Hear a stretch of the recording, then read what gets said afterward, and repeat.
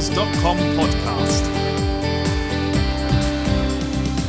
Hello, welcome to Represent the queermusicals.com podcast. My name's James Lovelock and I'm here today with two guests from Charlie and the Chocolate Factory, and I'm going to get them to introduce themselves. So let's start with you, Robin.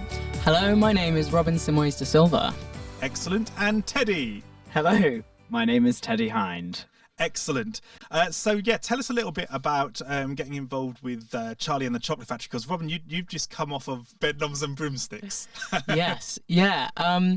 So I did the tour of Bedknobs and Broomsticks, and then as soon as we finished, I had a couple of months off, and then I started a new tour. So I haven't lived at home, but I did. I think it was actually at my second audition that I met Teddy in person for the first time. Oh, amazing. Because we'd only ever known each other on like Instagram and stuff. Yeah. And then we were at the next audition as well together, and then we both got the job. And that was very nice. But yeah, I mean, for me it was, I think, 4 auditions and then I was there. Excellent. And you play Augustus Gloop. I do. I play Augustus Gloop, greedy little boy that he is. And I get to eat some chocolate and some fake food. Yeah. That sounds like an amazing role. Yeah. So Teddy, is this your first big tour? This is my first tour, yeah. Yeah, all exciting. It's very exciting. Yes. It's great. Similar to Robin, we met on the second round of auditions, didn't we? And we were both sat in the waiting room of the umbrella. Oh yeah, the umbrella rooms, studios. Yeah. And we kind of like gave each other a look and went, You in for Charlie? And it was just, it was kind of a moment where we were like, 2 trans people. Yeah, I kind of felt like, I don't know about you, but I was like, oh no, because they can only have one of us. I was like, surely we're both in for Mike TV. Surely we're both I in thought for you might be in Augustus. for Augustus, yeah. Oh my God, imagine that. And then when you were in for Mike, I was like, oh no, but they can't. They have to choose one. They can't have us both. And then we were very much in contact, like every second of the day. Like, have you heard? Yeah. Have you heard? Sorry for the ASMR. But have you heard? And then went to the finals, and we were both there, and we were like, hey, we're here again. Yeah. And then booked the job, which was just amazing, and it was a real moment of, oh my gosh, this is pretty cool. 2 trans people in, good featured parts in a commercial UK tour. Yeah. How exciting is that? And we share a dressing room, and it's just been a great time because obviously we get on so well. That's not a lie. I actually hate you.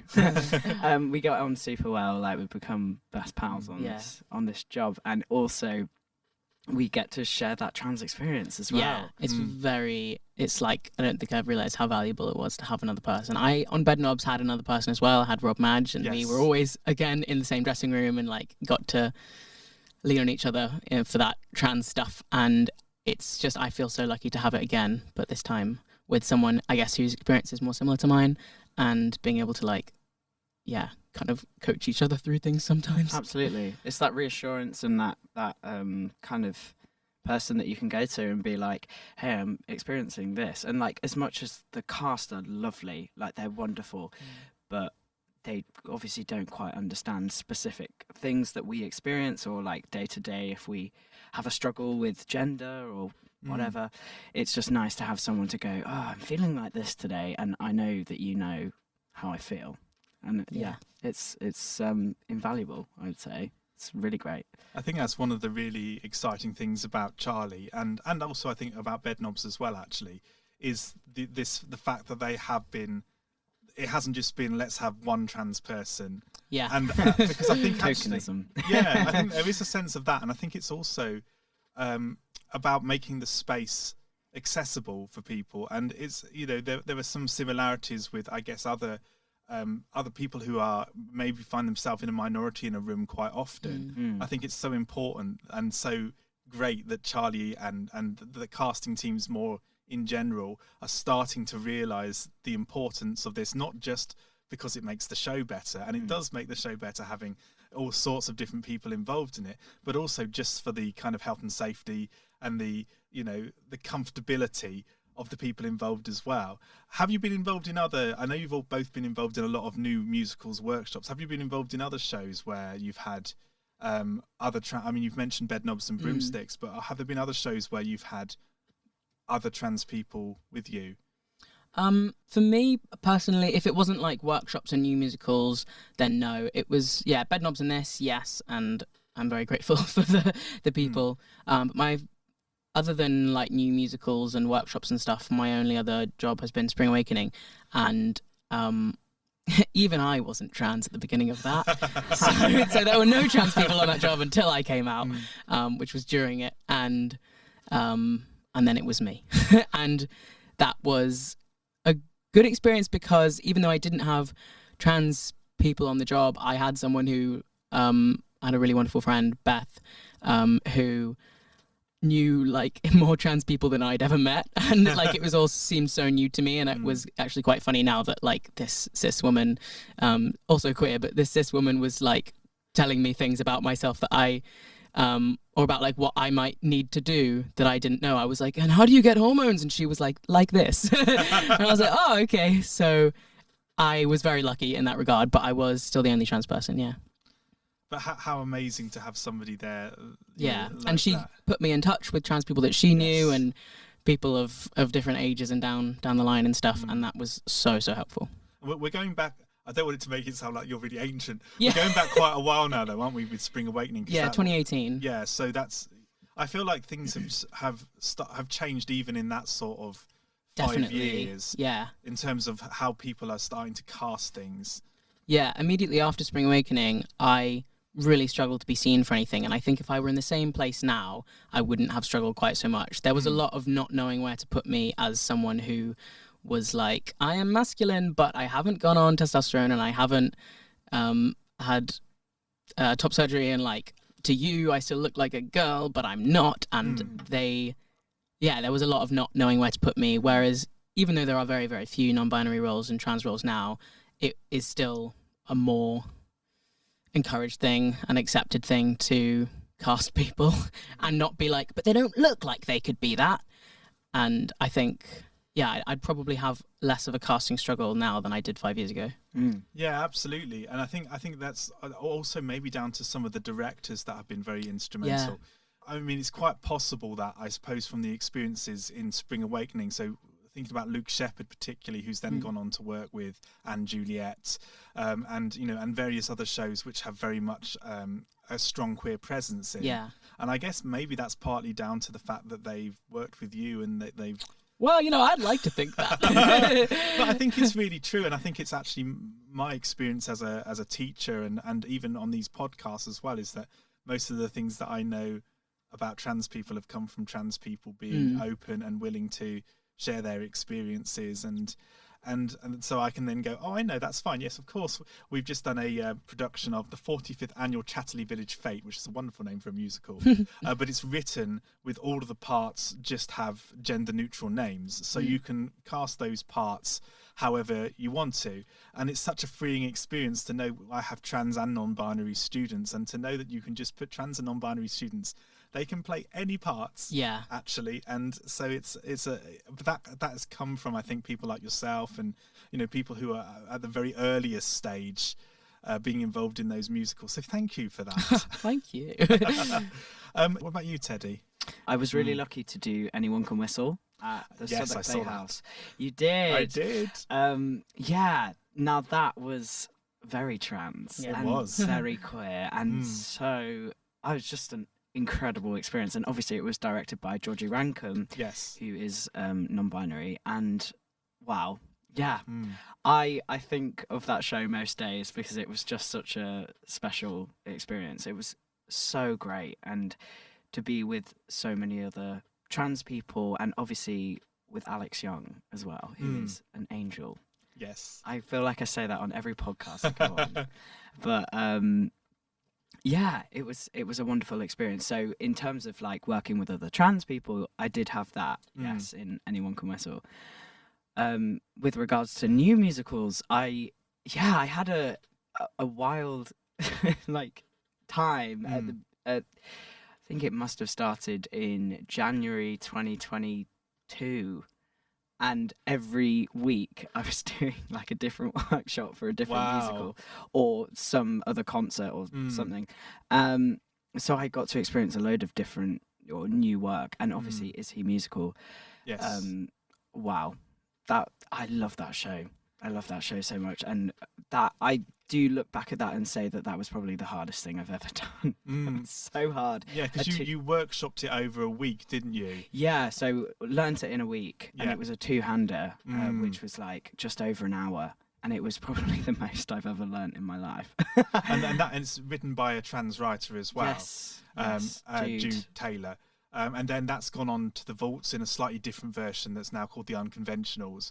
But it's tell us a little bit about Is He Musical, or just like the setting of it, because I think it's really important and interesting the way that developed. So it's based around two characters, Wilfred and Lawrence. Yeah. So Lawrence is a cis gay man who moves to London with quite a bit of money from his dad, and Wilfred is like a non-binary icon, like an AMAB, non-binary icon. Yeah, it was set in the 1930s, where obviously gay and queer culture was quite underground, and it's just a beautiful piece, obviously surrounding these two characters and their relationship and their friendship and how they grow together. And Wilfred helps Lawrence discover who he is, and I just love the piece so much, and I think it's about 70 minutes long and just a two-hander straight through. And yeah, like I said, it was probably the hardest thing I've ever done. It was so intense, but just so wonderful, and the music is gorgeous, and it was beautifully directed as well by Matt Powell. Yeah, and yeah, just a good old wonderful time. The team were lovely, and Barry O'Reilly, obviously, who I played opposite, is gorgeous human. He's such a silly man. But yeah, that was a wonderful experience, and I was just really lucky to be working in such great creative teams, obviously on smaller projects. So then obviously taking it back to Charlie, to book such a big commercial theatre job where the team still very much felt like they massively cared about the welfare of me as us obviously, but me as a trans person who had just started hormones. And look, I was 5.5 weeks post-op when I started post-op surgery when I started rehearsals for Charlie, and then I started testosterone not too long after that. It was an intense time, and they were beyond amazing and so supportive and so here for me. And yeah, I just think the fact that they've done that proves that it can be done, and that casting trans people is not difficult. Yes, and actually I'm really interested in this idea of casting trans people as younger characters as well, because I guess there is a sort of a parallel, I guess, in the sorts of physiological changes that are happening, and in terms of the voice and all of that, and coming to terms with the body and all of that kind of thing. I mean, it's definitely fun to like live a boyhood on stage in a way that I didn't get to in reality. It's definitely like a top trick that I think casting directors need to get on. You don't need to cast a small cis boy. You have an excess of already small trans boys out there.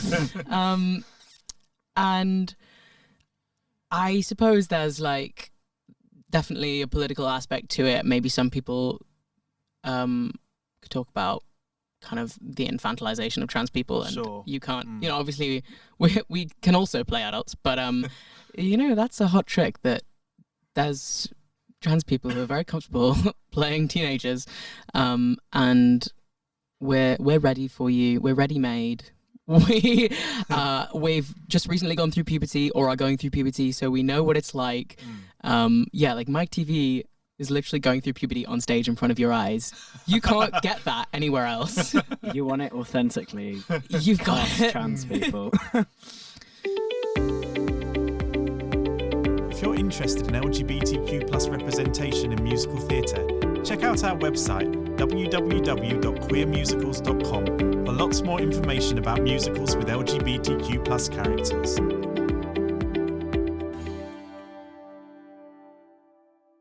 how have you found it vocally with the music for Charlie? Are you finding that where your voice sits is changing as the kind of tour progresses? Massively. Yeah. It's been quite a journey. My voice has changed massively in the span of... So I've been on testosterone for 8 months as we record this. My voice has dropped massively. I have a very low voice now, as you couldn't hear.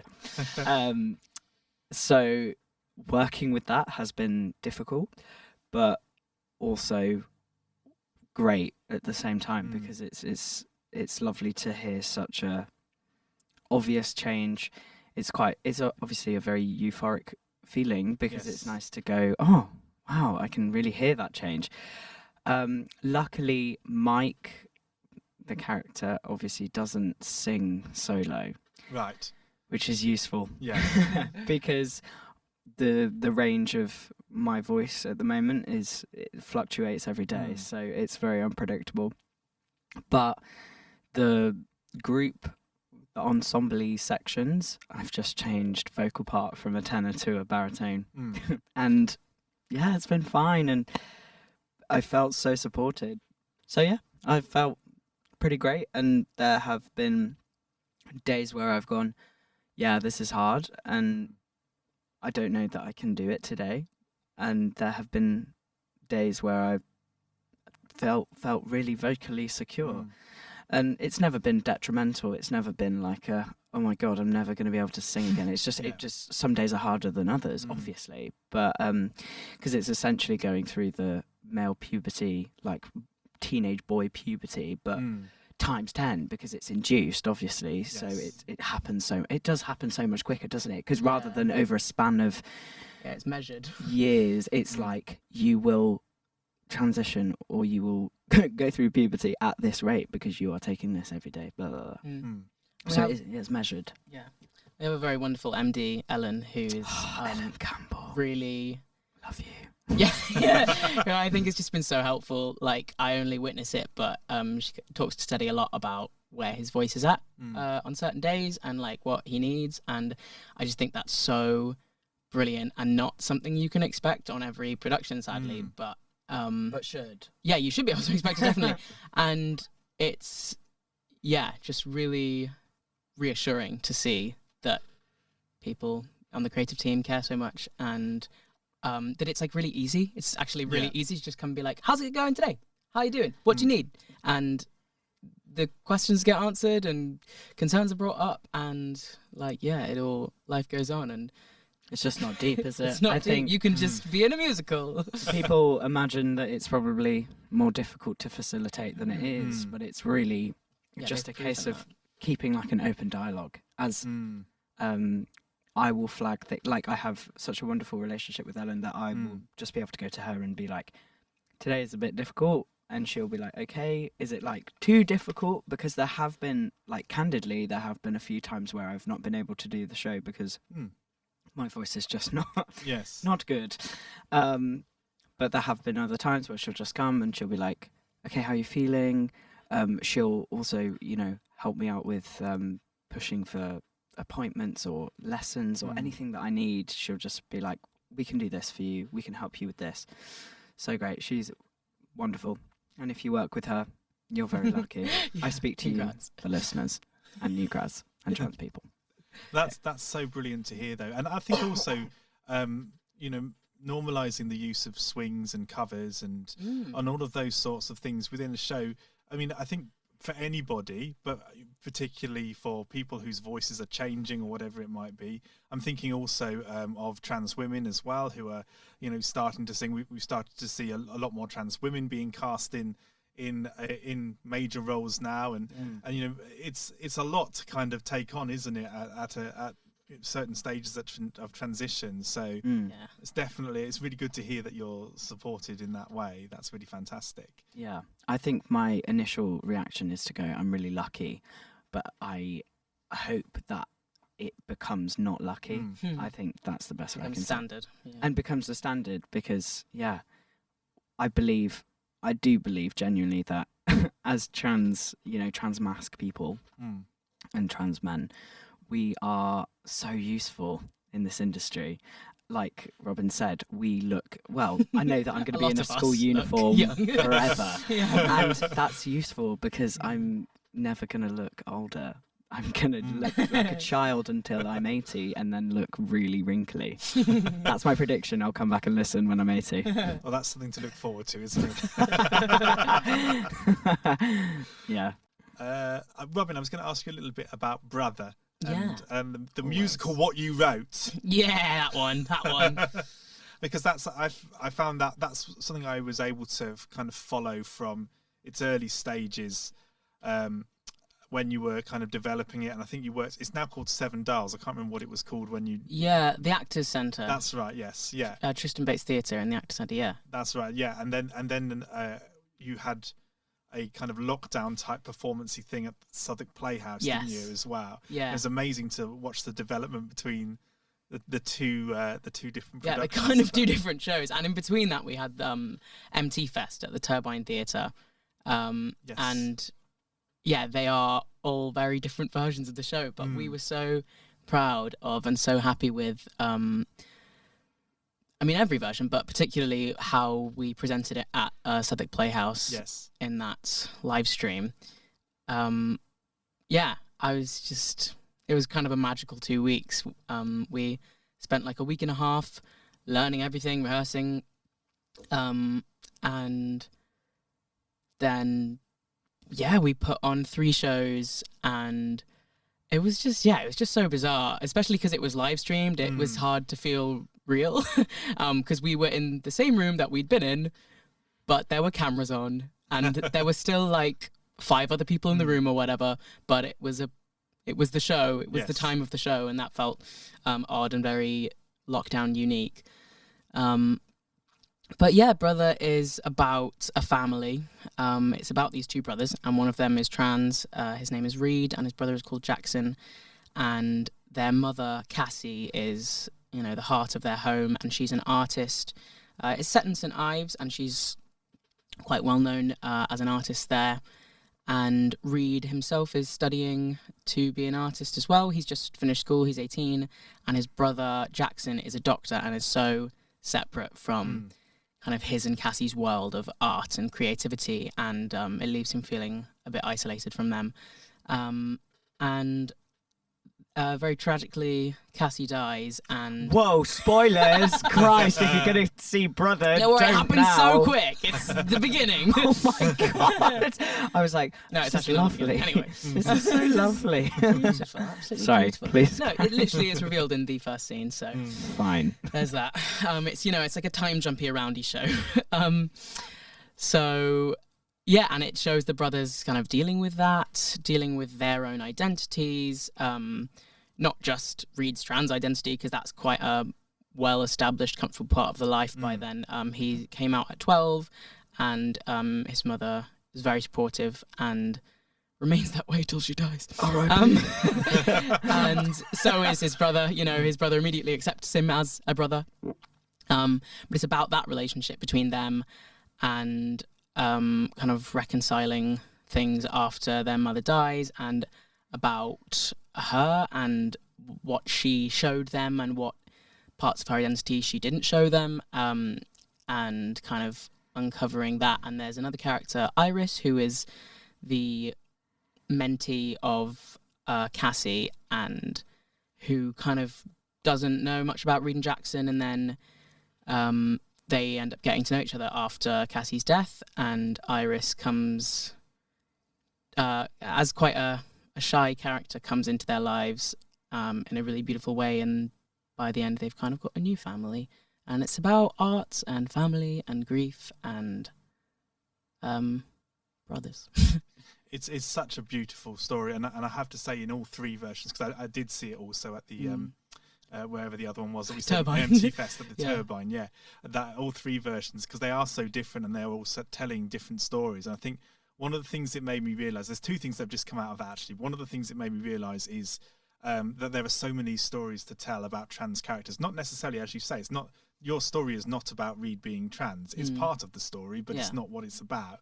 but there's so many different stories that could be told there. Yeah. And to me, that's really important. And there are several other musicals that are being written that have trans characters at the forefront.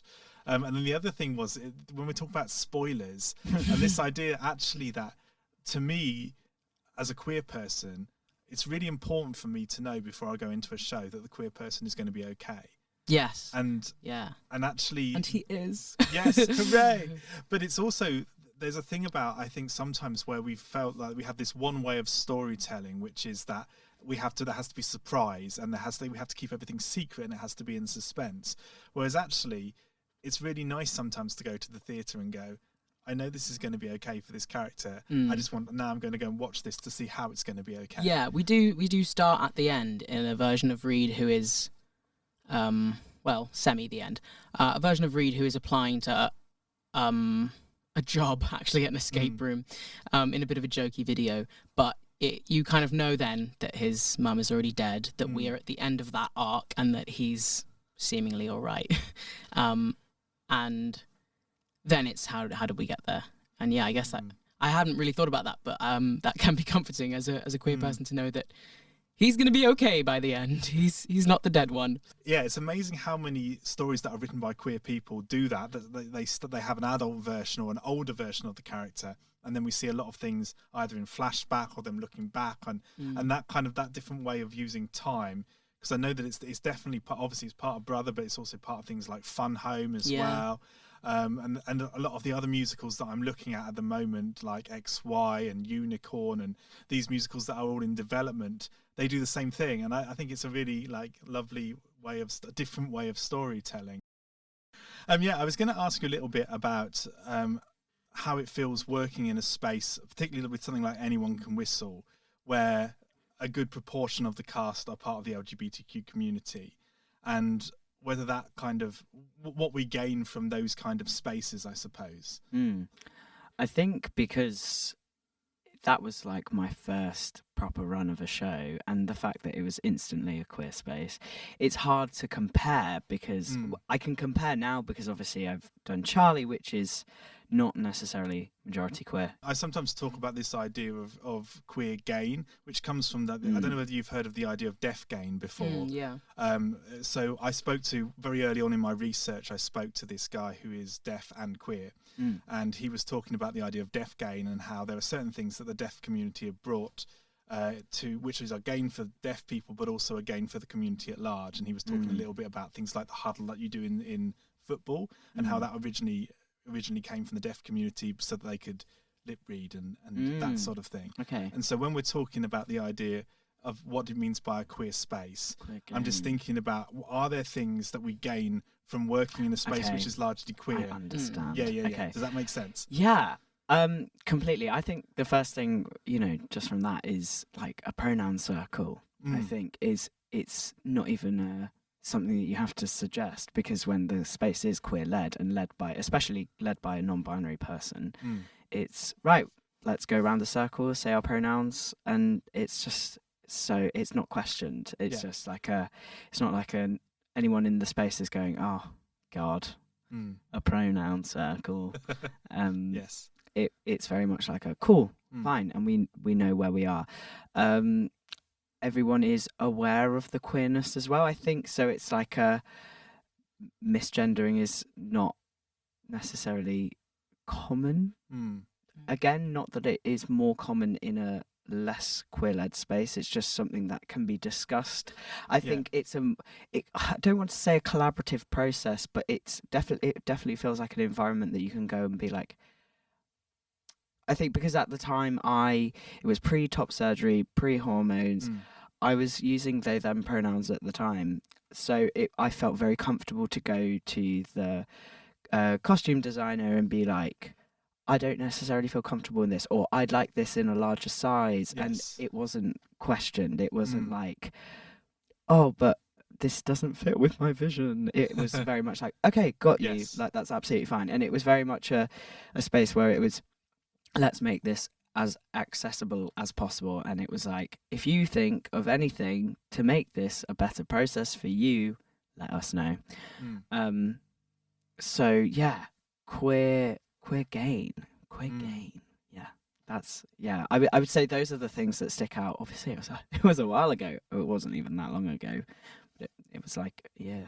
I was talking to some of the people who did Legally Blonde on the previous series we did of this, and talking about the idea of with Legally Blonde, with some of the casting, particularly casting trans and non-binary people, adding queer elements to the story, or bringing in queer elements out, trying to deal with some of the stuff which maybe is less acceptable now than it was when the musical was written, all of that kind of thing. Yeah. And I think there's something really interesting about what happens when queer people take on any sort of story which was where it's reviving something that was written a long time ago. Yeah, I think there's something really powerful in queer retellings of, not that you're changing the whole story to make it queer, but just the presence of queer actors and creative teams in shows that were traditionally, or the shows that are traditional, basically, and conventional, and putting a new set of eyes on those shows can do such wonderful things. And I guess Anyone Can Whistle is one like that, because that massively. is a traditional show. I was just thinking that as you were saying that, I was just thinking about the fact that obviously Anyone Can Whistle, the whole concept of a cookie jar was originally written about people who like were in like a mental institution. Yeah. And obviously that is not necessarily the best idea to retell the story and keep that. So obviously Georgie came up with the wonderful concept that the cookie jar was actually for, it was unsaid, but like queer people or people who didn't quite fit the societal expectation of man, woman, straight. So it was this idea that the cookies were like these people who didn't quite fit into the ideology of society, and that is a very, I'd say, subtle is not the right word, but it's not like a tokenistic, it's not like this idea that we're shoving queer in your face and look at these gays. That's my favorite type of musical. Actually, look at these gays, but it wasn't like this is the queer agenda. No, it was very much like, we're just gonna show you what society in your real life is actually like by showing it to you on stage in a slightly melodramatic version. Yes. Yeah. With camp costumes. Thank you for listening to this podcast. If you're enjoying it, don't forget to subscribe or follow on your favourite podcast service. If you want to follow us on social media, you can follow us on Twitter @QueerMusicals, or you can follow me at Dr. James Lovelock. I was going to ask you, Robin, a little bit about understudying Charlie in Bedknobs and Broomsticks, and how that experience worked for you, and again playing a kind of younger character, I suppose. Yeah, that was very exciting for me. I think even in the audition, I guess I feel differently now. I feel like, that's so possible, so simple. But I felt a lot of wariness around whether they would want to cast me as a trans person, because I hadn't, seen a lot of that yet. Obviously, there's more trans people in commercial theatre now. This wasn't even that long ago. It was like 3 years? 2 to 3 years now that casting was taking place. And I was like, that would be silly. Imagine. And then I ended up in the ensemble and covering first cover Charlie Rawlins, and I was like, wow, that's a bit exciting. And I had Connor was the principal, and he was wonderful and was like a really good principal to like learn from and be able to ask questions to, and that just be really comfortable, and him be like, whatever you need, whatever the creative team haven't given you, I'll give you. And I managed to go on like a solid 10 times, thanks to COVID. Well, maybe the COVID. Not so much the COVID, Thank you, COVID. Thank you, COVID. Connor, sorry about your COVID, but he was fine. And it was really wonderful to have enough time to do it and be nervous, and then do it and be okay, and then do it and be comfortable. Yeah. I was very lucky, and it was a lot of fun. It felt really special doing my bow on my own Yeah. for the first time, because it was also my first like big job in general. Spring Awakening was, you know, at the Hope Mill. It was a bit more fringe, and it was definitely a smaller production. And this, just as a first like big UK tour, it all felt really huge and exciting. And so, yeah, doing my first bow, and I'm doing like magic and stuff, because it was a magical show, and I got to be on a flying bed, and I got to turn into a rabbit and like disappear through a table. And there was a lot of technical magic stuff that was actually just really technically exciting to do, and stuff you don't get in every show. And I think I may have been the first openly trans Disney character, apparently, according to Twitter at the time. Oh, brilliant. Well done, Twitter. Yeah, so that was good like... for something. all right. Okay. That was, a nice achievement, I guess. And now, hopefully, there are more of that. Yeah, more trans people in Disney shows. But, yeah, I enjoyed the covering so much. It was, my first experience also of being kind of a lead, other than in my own work. By which I controlled myself, so I made myself lead. Yeah, so that was definitely exciting. I was on stage for the whole show, and it was, it felt like a big undertaking, but it was really wonderful, and I was really comfortable by the end, and everyone in the cast was really, really supportive of that. I ended up being the first like cover on, because Connor very suddenly lost his voice in like one of the early-ish venues, and so I hadn't rehearsed, and I was absolutely terrified. But everyone was so supportive, and people were literally like in the interval running lines with me, and it was just a very unforgettable experience. And then I got to do it and be comfortable with it. So comfortable. I gotta be comfortable. Then I got to do it and be comfortable with it, and felt really good. That's great. And I'm so happy to hear that there are companies that are being so supportive. I mean, I think I hope anyway, the majority of people in theatre are supportive of LGBTQ people, because that's where theatre has always come from. Yeah. You know, but it's good to hear that happening in practice as well. So are there queer characters in musical theatre, or are there productions that you've felt really drawn to? What are the sort of things that have inspired you in musicals? Personally, Fun Home was like the biggest thing for me. I fell in love really hard with that musical, and it was also back before I transitioned, so I was like finding the kinship to it as a queer woman, as I thought. I felt really seen by that. It was the first lesbian protagonist on Broadway, and that was only in 2015. That just felt like, wow, how ridiculous that we've gotten that far, and this is the first time it's happened. I think it inspired me as a writer, which makes sense, as you mentioned, that Brother and Fun Home have this same kind of time storytelling idea. I really loved the storytelling of Fun Home. I think it's so beautiful, unique. Cry every time, honestly. And that definitely inspired me to be like, oh wow, you can have a like flaming queer lead, and the whole show is centered around her, and like no one would have it any other way. Yes, absolutely. Yeah. Thank you. What about you, Teddy? Gosh, this is where I realise I'm not that queer, and I'm actually quite a straight trans man. I remember the prom coming out, and obviously, like Robin said, that queer female experience before transitioning or coming to terms with who I was. So I saw, I never watched the production, but I did see little slime tutorials of it, of Caitlin, obviously in the role of Emma in the prom, and I watched the film. Wow, I did love it. I know it was quite a divisive film of like Marmite, but I just thought it was so great, and I kind of looked a little bit like Caitlin. Well, actually, the character of Emma with this like ginger bob. And I was like, oh my God, I love this. I want to play this role. And then obviously realised that I did not want to play this.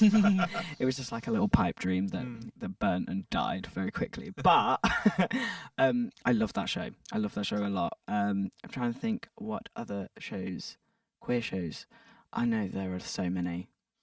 One of the things that's difficult is that there's so few queer shows with trans men in, I think. Yeah, I think it's that, the relation to anything. So that's why I've mainly related to like cis male characters, but then not even entirely, because I've never really seen a piece where my story has been shown, which is a opportunity to write something. Oh wait, I've done that. So yeah, it's a difficult one, and I'd love to say, like, as much as I said about the prom, I'd love to be like, yeah, and this was so like, oh my God, I see myself, but I don't think I necessarily have seen myself, which is why new work is obviously so exciting. But I do really, I'm very passionate about integrating trans people into commercial theatre, because that is the most sustainable way to pay trans people. And I love new work. I love new writing. I love fringe theatre. I love off West End stuff. I love like regional stuff. But to get trans people in the West End in long running shows, some people hate the idea. I am so passionate about it because I just think it's, in my opinion, the way to expose like the general population to trans people, and how, I don't like the word normal, so I'm not going to use it, but how not deep it is. Thank you. Thank God for Robin. How not deep it is, and just how easy it is. And genuinely, people coming to watch Charlie, there have been a few people who have messaged me on Instagram and been like, I didn't know you were trans. And I'm just like, no, it's that easy. It's not it, and it's just not deep, and it's just like, cast the right person for the job. And it's nice that it is not deep, but for some people seeing it, it's gonna be so deep. It's gonna feel deep. Amazing. Yeah, really amazing. And that's why it's like, well, it's not gonna affect you, but you know who it is gonna affect? Someone who really needs to see this, and that's why it needs to happen. And honestly, I will, genuinely, people messaging being like, I'm so glad to see trans rep. Yeah. It's made me realise that it's possible. It's given me hope. It's made me realise that there is a place for me in this industry, and big commercial productions, and it's great, and it feels wonderful, and I'd probably speak for both of us. It feels amazing to have that impact on young, or maybe not even young, like graduate people who are young us, basically. Some as well who've messaged, and not every trans timeline is the same, as we know, and people early in transition, early in knowing who they are. It's nice for them to see two trans people like happy and succeeding and doing well at their job and just living their life, and not being like trans Augustus and trans Mike. It's just Mike and Augustus who happen to be played by two trans actors. Absolutely. Slay. Yeah. My Augustus is definitely gay, but who's to say if he's trans, Mike is definitely closeted. Closeted for Augustus. Yeah. We're waiting for that fan art. Excellent. There was just one other question that occurred to me. I'm thinking about what roles would you particularly like to play? No, you go first. Go on. All right then. I'll always preface it with, other than my own work that I would like to have in big places and be in it. Other than that, I have kind of two dream roles, I guess, in big commercial theatre. And I don't know if I'll ever play them, but the dream will still be there. And that's Evan Hansen and Orpheus in Hadestown. Okay. And I think because of my size, I maybe will never be Orpheus, because they kind of tend to cast like taller, muscular cis men in like all the productions, which I have looked at all the production photos for every single production.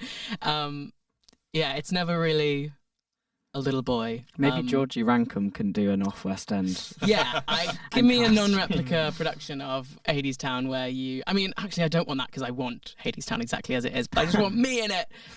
So yeah, I don't know if that one will ever happen. But I think if Evan Hansen were to come, I think I could do that. If it were to come again. What about you, Teddy? Oh, I would so love to play Bach in Wicked. Oh. And not to be, gosh, I've had, people message me. If I bring this up on a podcast, they go, we get it.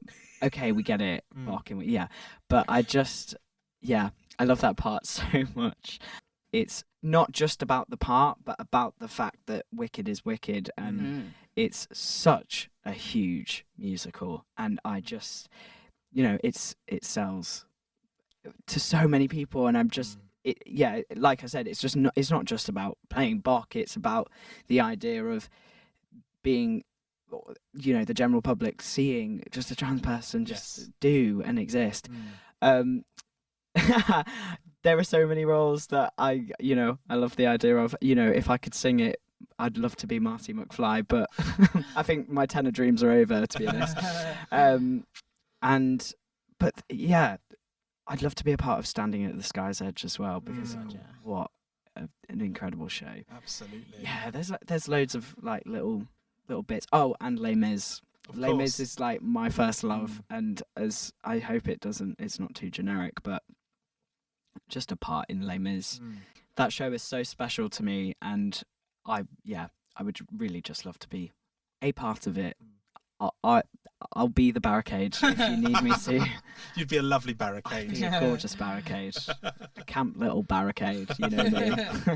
I think a big camp Les Miserables is something that really needs to be seen. Yeah. And I'll be the camp barricade. Okay. Thank you so much for being with us today, Teddy and Robin. And thank you very much for listening at home. And we'll see you next time.